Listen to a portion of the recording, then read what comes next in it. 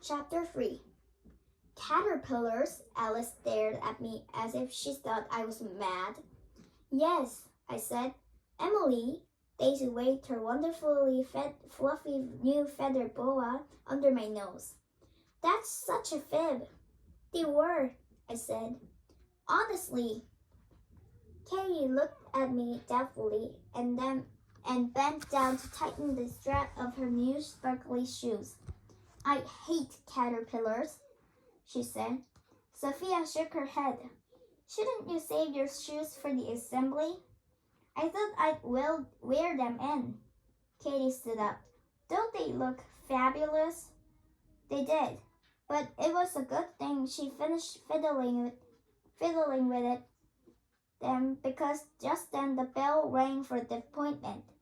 We had to scurry off as fast as we could because the appointment is taken by Queen Gloriana, and she hates it if we're late.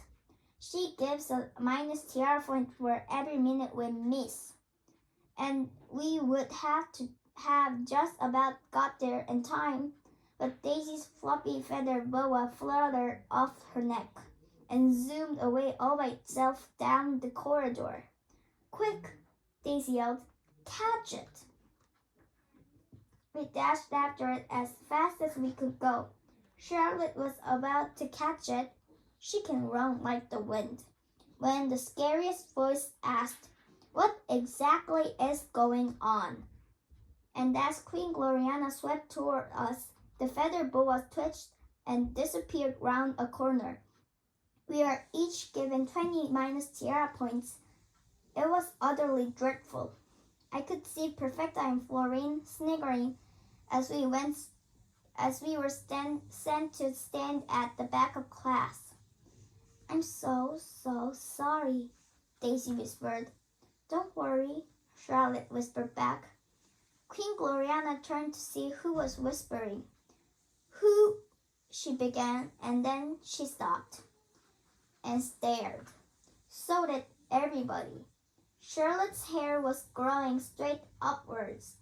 Poor Charlotte couldn't see what was going on. She put her hand to her head and gasped. Is this some kind of silly joke?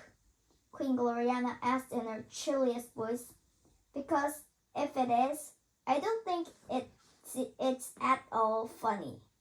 Princess Charlotte, I expect better behavior from you. Much better.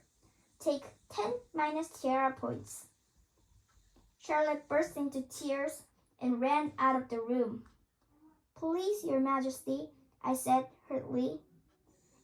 It's not Charlotte's fault. Truly it isn't. And I rushed after Charlotte. I found her in the downstairs cloakroom with her head under the cold water tap. She was trying to make her hair lie down, but it wouldn't. I'll have to cut it off, she wailed. Oh, I wish Fairy G were here. She'd know what to do. I'll go and find Fairy Angora, I said, and I zipped out of the cloakroom toward Fairy G's study. Fairy Angora opened the door the minute I knocked. Please, I panted. Please. Charlotte's hair just won't stay down, and Daisy's feather boa is whizzing about the school, and we're in such trouble. Please, could you come and tell Queen Gloriana it so isn't Charlotte's fault, and can you do something about her hair? Fairy Angora looked horrified. But I can't, she said. I haven't any magic left. And she blushed. You see, I'm still in training, so I only have one wandful of magic. And it's all gone. She went even redder. I should never have given you those wishes. If the fairy godmother's agency ever find out, they'll send me away. Please don't tell anyone what I did. I couldn't believe what I was hearing. Fairy Angora couldn't help us. My brain was whirling round and round and round, and I kept thinking, just like Charlotte, I wish Fairy G was here. And I had an utterly and totally brilliant idea. What would happen, I said, if we gave our wishes back? What if we gave back all the dresses and tiaras and my powder puff and everything? Would you be able to get the magic back into your wand?